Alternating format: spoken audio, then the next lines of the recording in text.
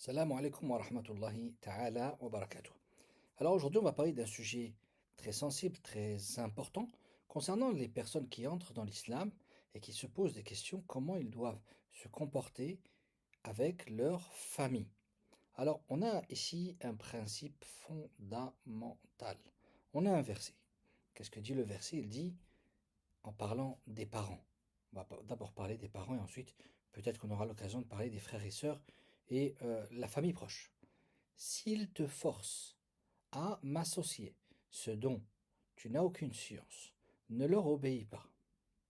Donc le verset il dit, si tes parents ils te poussent à adorer autre que Dieu, à commettre de l'associanisme, alors ne le fais pas. Voilà ce que te dit le verset. Mais dans le même verset, le verset n'est pas fini. Le verset dit, mais accompagne-les ici-bas avec bonté. Donc ça c'est le verset qui se trouve dans Surat Luqman. Ce verset-là, Surat Luqman qui était un sage. Et ce verset-là, c'est justement le verset qui va faire autorité sur cette question-là, des relations à avoir avec les gens qui sont proches de nous lorsqu'on vient d'entrer dans l'islam. Alors le premier conseil, c'est de faire preuve de patience. C'est votre première épreuve, il faut l'accepter. Ça vient de Dieu. Toutes les épreuves viennent de notre Seigneur, on les accepte. Et on essaye petit à petit de décanter les problèmes. Mais en tout cas, en aucun cas, il faut rompre le lien parental. On aura l'occasion d'en parler. Le deuxième point, le deuxième conseil qu'on va se donner, c'est qu'il faudra être bon plus qu'à l'accoutumée. C'est-à-dire, si déjà vous êtes une bonne personne, alors il faudra devenir meilleur. Donc, il faudra montrer à vos parents que l'islam vous a rendu meilleur. Alors, essayez de trouver qu'est-ce qui ne va pas dans votre vie, ou plutôt qu'est-ce qui pourrait améliorer votre vie, votre comportement, votre nonchalance peut-être, vos certaines habitudes à rajouter pour devenir une meilleure personne. Mais surtout dans ce qui est relationnel avec nos parents. On peut rajouter aussi les frères et les sœurs. Par exemple, avant je donnais des cadeaux à mes parents. Dorénavant, je vais donner encore plus de cadeaux. Avant, je n'avais pas l'occasion de donner du temps à mes parents pour pouvoir les écouter, pour être serviable. Alors, je vais faire un effort pour les écouter un peu plus, pour être à leur service, pour leur ramener des cadeaux comme on a dit, me balader avec eux. Avant, je ne faisais pas de câlins. Dorénavant, je vais faire des câlins. C'est super important. C'est pas de l'hypocrisie en soi, parce que justement, dans l'islam, les parents, c'est quelque chose qui est primordial. C'est un élément qui est primordial. Vous savez, c'est à quel moment que Dieu il en parle dans le Coran, parce que ça arrive plusieurs fois que Dieu, dans le Coran, il va nous parler du respect à avoir vis-à-vis de la bienveillance, à avoir vis-à-vis des parents. Alors c'est un nom. Birrul walidain. Euh, Al-bir, c'est faire le bien vis-à-vis des parents pour gagner leur satisfaction. C'est ça que ça veut dire. Et on va trouver quoi? On va trouver que c'est à quel moment que Dieu parle de cela, c'est toujours après l'unicité. Et des fois même dans un seul verset, Dieu va parler d'unicité, et juste après il va dire, et les parents, et soyez bons envers vos parents. Parents musulmans ou pas musulmans, ça reste les parents, ça reste vos parents.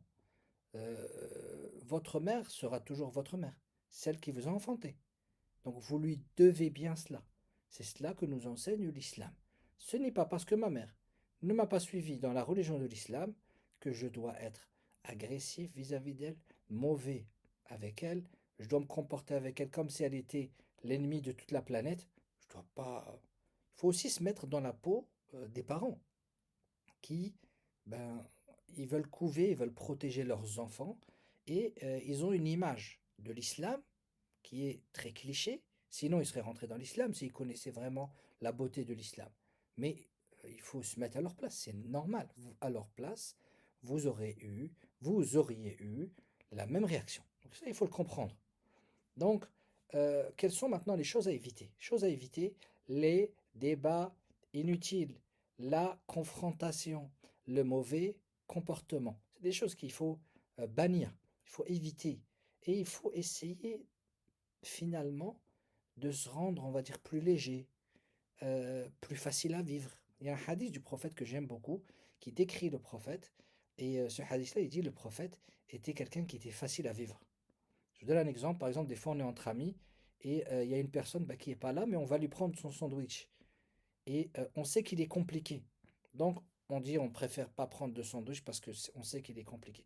Mais des fois, on va avoir un ami qui, lui, non, il est cool. On sait très bien que un sandwich, c'est un sandwich, il n'est pas compliqué. Si on va avoir des problèmes avec quelqu'un, c'est surtout pas avec lui. Ben ça, c'est le prophète, sallallahu alayhi wa sallam. Le prophète, sallallahu alayhi wa sallam, il est comme ça. C'est quelqu'un qui il apporte des solutions, il est facile à vivre, il prend sur lui, il est jamais le problème. C'est pas la personne à se plaindre. Ben, c'est comme ça qu'il faut être avec nos parents maintenant. C'est comme ça qu'il faut améliorer notre relation avec nos parents, avec nos frères et sœurs. Si nos parents réagissent mal, peut-être que c'est pour quelque temps. Donc il faut prendre sur soi. Peut-être même ça peut aller loin. Peut-être ça peut être des insultes, peut-être ça peut être tout plein de choses. Ok. Donc là, il faut prendre sur soi. Mais en tout cas, en aucun cas, on va rompre le lien qui nous lie à nos parents. Le lien parental, Dieu quand il a parlé des gens mauvais dans la deuxième ou troisième page de Sourate la vache, Dieu il parle de et ceux qui ont rompu le lien, le pacte ceux qui vont rompre le pacte de Dieu que Dieu leur a accordé. En parlant ici de quoi? Du lien de parenté. C'est Dieu qui nous a liés. Donc on n'a pas le droit de rompre ce lien. Ensuite, il y a aussi un point important à évoquer, c'est euh, il y a beaucoup de gens qui rentrent dans l'islam, c'est des mineurs. Donc, ces gens-là qui rentrent dans l'islam. Alors, vous êtes résident chez vos parents, vous devez encore plus respecter vos parents, parce que vos parents ils sont à votre service. Et vous devez encore, comme on l'a dit, ne pas provoquer, ne pas être dans la confrontation. Et vous avancez en fonction de la marge que vous avez. Des fois, il y a certains parents qui sont conciliants, qui sont ouverts, qui comprennent et qui laissent le choix à leurs enfants pour leur donner responsabilité. Alors peut-être que certains pensent que voilà, on va dire, c'est un cheminement passager d'adolescence ou quelque chose on va dire, d'un jeune adulte ou d'une jeune adulte. Et voilà, ils laissent faire parce que bon, d'un côté c'est bien de prendre des décisions, c'est une bonne chose. Ok. C'est peut-être de cet aspect-là qu'ils laissent une certaine souplesse. D'autres non. Il y a certains parents qui laissent une souplesse. Donc si vous avez cette souplesse, vous avez cette marge, on vous laisse prier, concernant la nourriture, voilà, il y a cette facilité. Les habits, bah, on va pas vous embêter sur ça, sur le tapis de prière, sur certaines lectures. Le Coran, vous avez le Coran dans votre chambre, personne ne vous dit quoi que ce soit.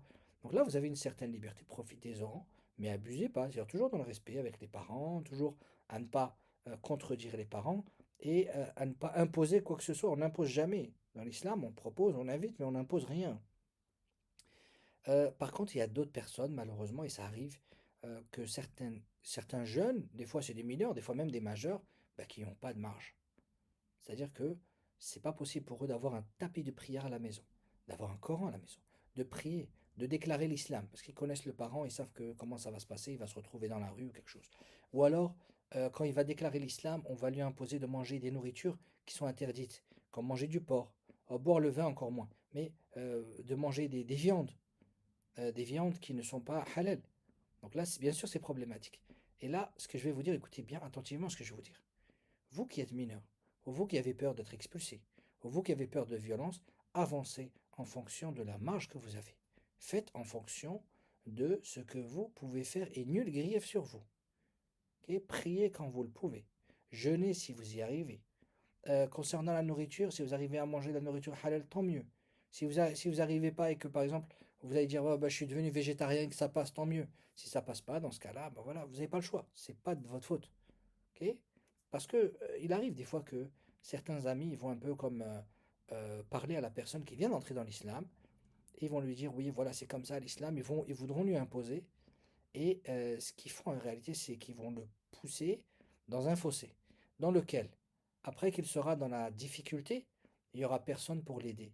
Il n'y aura personne pour lui donner un lieu de résidence, pour lui donner à manger, pour prendre soin de lui pendant 1 an, 2 ans, 3 ans, 4 ans, le temps que bah, qu'il puisse finalement se mettre debout sur ses pieds d'appui.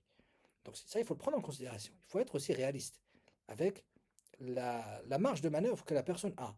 Tu avances en fonction de ce que tu es capable de faire. Et je répète, quoi qu'il se passe, jamais rompre le lien familial, pas de rupture avec la famille. Il y a combien de personnes qui rentrent dans l'islam et qui ça se passe très mal au début, et ensuite avec le temps, ça s'arrange. Donc il faut le prendre de cette manière-là. Laissez-moi vous rappeler aussi que le prophète de l'islam, son oncle n'était pas musulman, Et pourtant, le prophète de l'islam, il le respectait, il avait un grand respect. Le prophète avait beaucoup de connaissances à lui qui n'étaient pas musulmanes. Et pourtant, le prophète, sallallahu alayhi wa sallam, il était avec eux de la meilleure des manières, il se comportait avec eux, sallallahu alayhi wa sallam. Parce que c'est ça l'islam aussi. Il ne faut pas oublier que le prophète de l'islam a dit: je suis venu pour parfaire le bon comportement. Donc c'est notre mission à nous, en tant que suiveurs de Mohammed, d'avoir ce noble comportement, de prendre sur nous.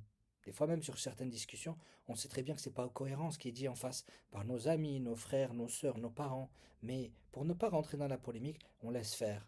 Et on pousse la discussion à un autre jour, et on rigole, et on passe à autre chose. Détendre l'atmosphère, c'est quelque chose qui est très important, c'est une clé.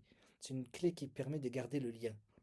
Et aussi d'envoyer un message à la personne en face, de lui dire: je suis un être humain comme toi, et je ne te prends pas de haut, et je chemine vers Dieu, et ainsi de suite.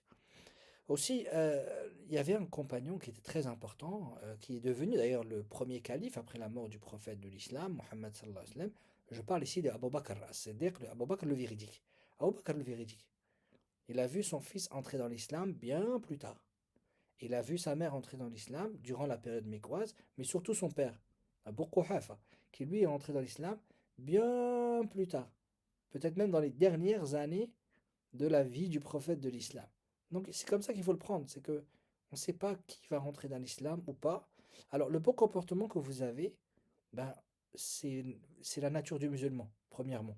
Si grâce à votre comportement, vos amis, vos frères et sœurs, vos parents découvrent l'islam et qu'ils ont moins peur de l'islam, ben c'est déjà ça de gagner.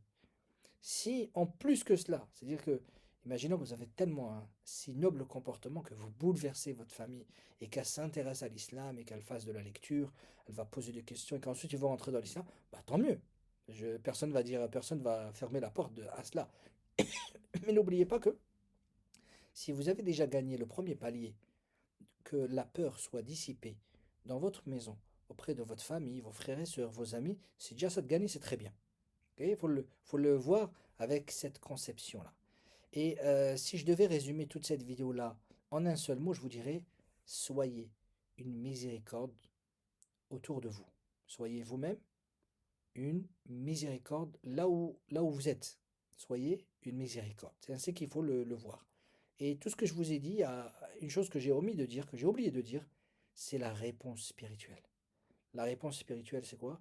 C'est de faire des invocations pour les parents, pour les amis. On a des amis, on a grandi avec eux au collège, au lycée, à l'université, qui ne sont pas musulmans. C'est nos frères, c'est nos amis. On a grandi avec eux.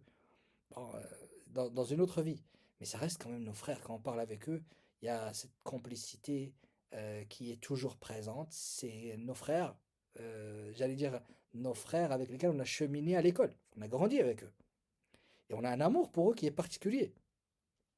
Et il n'y a pas de mal à faire des invocations pour eux, pour que Dieu leur montre la lumière, leur explique qu'ils puissent comprendre l'islam, que Dieu...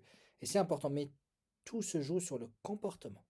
Le comportement plus que le côté rationnel, le côté argumentaire. C'est d'abord le côté comportemental qui va faire que le lien de confiance va s'installer, la peur va se dissiper, et après ceux qui seront intéressés à l'islam, peut-être maintenant, peut-être dans 20 ans, qui sait.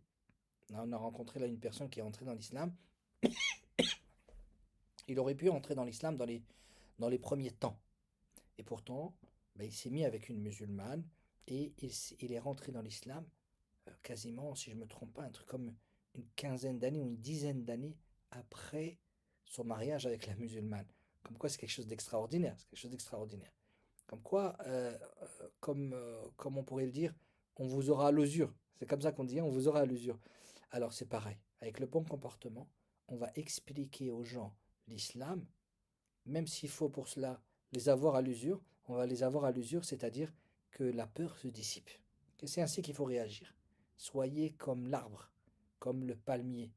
Lorsqu'on lui jette une pierre, il nous répond avec des dattes fraîches. De la même manière, voilà comment on va être et voilà le plan à ériger dans la conception, dans la relation à avoir avec nos frères, nos sœurs, nos amis et nos parents. Qu'Allah vous protège et vous facilite. Wassalamu alaikum wa rahmatullahi ta'ala wa barakatuh.